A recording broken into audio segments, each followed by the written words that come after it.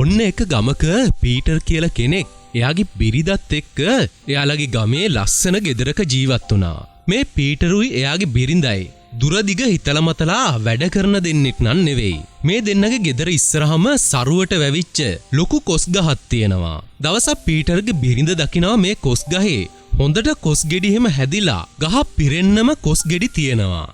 මේක දැකපු ගමම්ම පීටර්ගේ බිරිඳට අපූර්ව අදහසක් ආවා. හවස වැඩ ඇරිලා ගෙදර ආපු පීටර්ටත් මේ පීටර්ගේ බිරිඳ මේ ගැන කිව්වා. මහත්තයා මට හොඳ අදහසක් ආවා. මොකද්ද මැනිකේ? ගේ ඉස්සරහා කොස් ගහේ කොස් ගෙඩි ගොඩක් හැදිලා. ඔය ටික අපි පොලේ තියලා හරි විකුණ ගත්තොත් අපිට ලොකු ගාණක් ගන්න පුළුවන්. ඒ හම්බෙන සල්ලි වලින් අපිට පොඩියට කඩයක් හරි හදාගන්න පුළුවන්. ඒ කඩිනු සල්ලි හම්බෙනකොට ඒ කඩේ අපිට ලොකු කරලා හදාගන්න පුළුවන්නේ. ඊට පස්සේ කඩේ වැඩට දෙන්නේ 3 දිනකෝ ගන්න පුළුවන්. අපිට ඊට පස්සේ මොකොත්ම කරන්න දෙයක් නැහැ. නිකම්ම සල්ලි එනවා. යා මැනිකේ, ඒ අදහස හරි අපූරුයිනේ. අපිට වාහනයකුත් නෑනේ. අපි එවෙන් සල්ලි එනකොට වාහනයකුත් ගමු.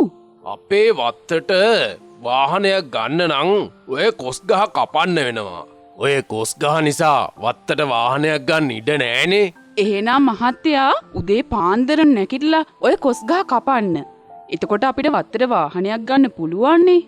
ඉතින් ඒ දෙන්නත් එක්ක එහෙම කතා කරගෙන පහුවෙනිද උදේ වුණාන් පස්සේ පීටර් පොරවකුත් අරගෙන ඇවිල්ලා මේ කොස් ගහ කපන්න පටන් ගත්තා.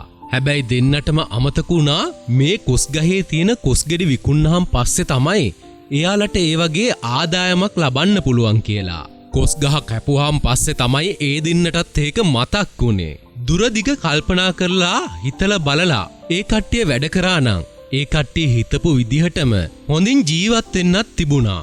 අන්තිමේදී යාලට සල්ලිත් නෑ, කොස් ගහත් නෑ, කාර් එකත් නැහැ. කරපු මෝඩකම ගැන පසුතැවි තැවි දෙන්නත් එක්කම ජීවත් වුණා.